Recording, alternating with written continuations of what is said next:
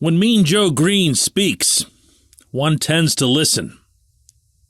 And when Mr. Green had a few reporters around him a couple of months ago at Acrisure Stadium before an event celebrating some of the franchise's great players, this was what he had to say regarding Franco Harris. Before Franco, we hadn't done very much. And after Franco, we didn't do much either. But during Franco, we did a lot. That, right there, in that single statement, is the legacy that Mr. Harris left. Good morning to you. Good Thursday morning. I'm Dejan Kovacevic of DK Pittsburgh Sports. This is Daily Shot of Steelers. It comes your way bright and early every weekday if you're into hockey and or baseball. I also offer daily shots of Penguins and Pirates, where you found this. Mr. Harris, of course, passed away yesterday and shook not only the football world, not only the sports world, but Americana, really, when you look at the scope of the response from a sitting president, a previous president, so many people from so many levels of stature, from so many walks of life, that it kind of hits you, even if you're a lifer here like I am, how much not only the individual meant to so many, but also what that generation, the greatest generation of the National Football League, meant. Mr. Harris was, at his foundation, a fabulous football player, one who did, as Mr. Green eloquently stated, change the culture of the Steelers, if only because he was the one who got them to winning. Mr. Green deserves all the credit that he's long received as being the greatest of all the Steelers, because it was his drafting by Chuck Noll in 1970 that began to turn the tide as far as talent. But it was Mr. Harris's arrival, and yes, for real, the Immaculate Reception, that altered who the Steelers had been for decades, which was losers. Year after year after year, also-rans, doormats, whatever label you'd care to attach, they were that. And it takes an extraordinary set of circumstances and an extraordinary group of people to make for a change that's that violent. That's what Mr. Green, followed by Mr. Harris, were able to do, along with, obviously, a whole group of other immensely gifted people.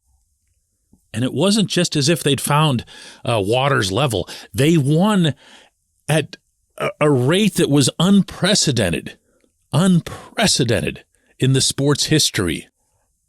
They won with conviction. They won with class. They won with, let's be honest here, I was a child at the time, but they won with intimidation. As soon as they got onto the field, they'd win some games, and they'd tell you this themselves just by showing up. And it was Mr. Harris, more than anyone, and I say this respectful to the rest of them, who was the engine, who was the catalyst, because it was his style, for those of you who recall it. It was steady. It was relentless. There wasn't a whole lot of splash to his game. He wasn't going to Barry Sanders somebody out of their shoes, nor, for that matter, was he going to Earl Campbell somebody onto their rear end. He was a straight line, find the hole, hit it with authority, get the yards that I need on this play to get the first down, to lead the team eventually to victory kind of running back. Our friends at LGKG, the Newcastle-based law firm, in light of Mr. Harris's passing, to say the following: LGKG would like to extend its condolences to the family of Franco Harris. Franco was not only a great football player, but he was a wonderful man who will be greatly missed by the Pittsburgh community. No one's perfect. Mr. Harris wasn't perfect. I'm not perfect. I'm going to guess, unless you've broken a pretty significant trend yourself, that you aren't either. There are very, very, very, very few people to have made the impact that Mr. Harris did on so many. One, as a football player, and I'll remind, that's what's foundational here, as a champion, as a 4-time champion, as a Super Bowl MVP, as a Rookie of the Year, but also as a person. And when I say that regarding Mr. Harris, I mean personally. I did know the man. I spent time with him. I spent time with his son. And the impressions that were made personally were exactly what I've been hearing from so many of you over the last 24 hours. That when you'd meet him, that he'd be warm, he'd be extending, he wouldn't act like he was all offended that you were taking his own time. He enjoyed that. That's why he never left Pittsburgh. He wanted to stay here and embrace that. As Mike Tomlin powerfully worded it, I thought yesterday after the Steelers practice, he embraced every part of what it meant to be Franco. That's quite the Tomlin type of line, isn't it?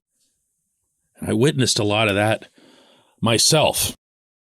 There's someone who recently lost my mom and dad in a fairly tight time pattern. I recall that when they passed, what I wanted to do more than anything else in relaying who they were was to get to the essence of who they were. I'm going to use this term again, the foundation of who they were. My dad was an elite accordionist, elite Cleveland-style polka accordionist, arguably one of the best in the world.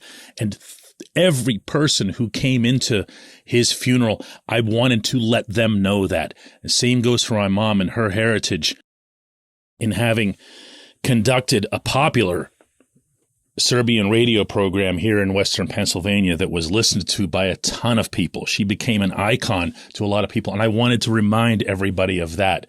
Mr. Harris was a truly great, truly generational football player.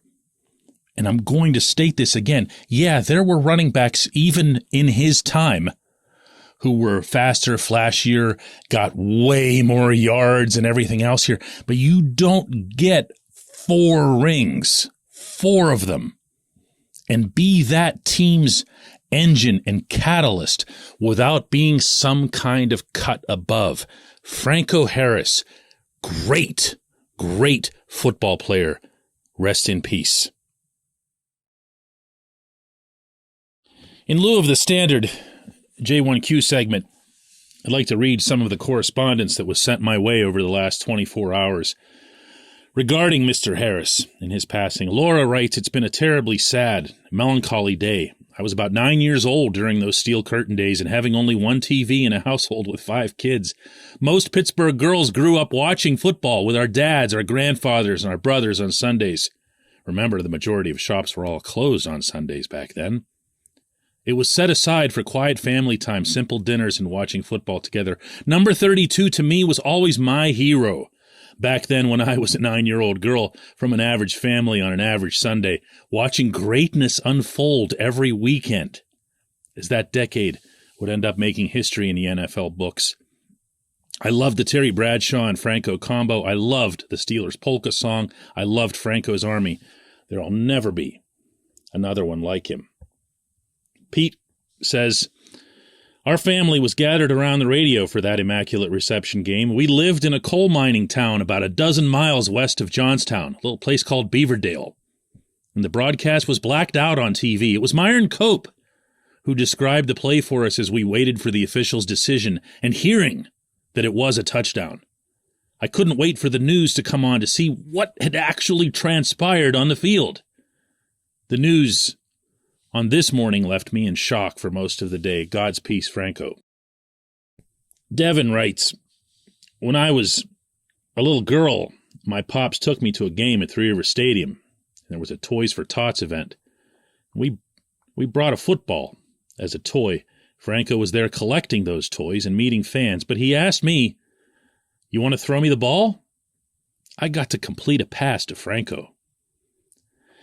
It made my born Steelers fan self an even bigger fan.